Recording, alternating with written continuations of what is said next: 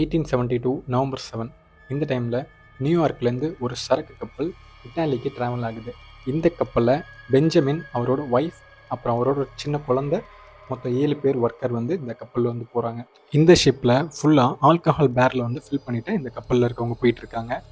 December 4 டைக்ரெட்டா அப்படின்னு இன்னொரு கப்பல் அந்த வழியாக போகும்போது இந்த கப்பலை வந்து பார்க்குறாங்க.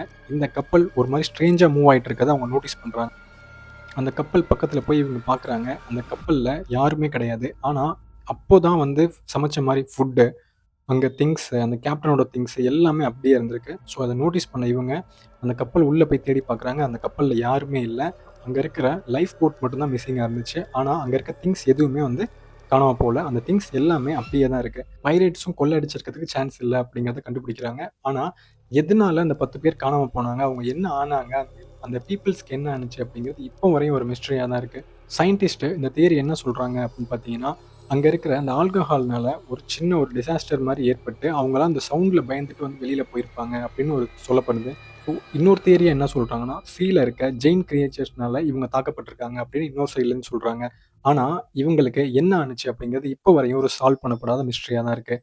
இந்த மேரி செலஸ்ட் கப்பல் பற்றி ஒரு கம்ப்ளீட் வீடியோ வேணும் அப்படின்னா கமெண்ட்டில் மேரி செலஸ்ட் கமெண்ட் பண்ணுங்கள்.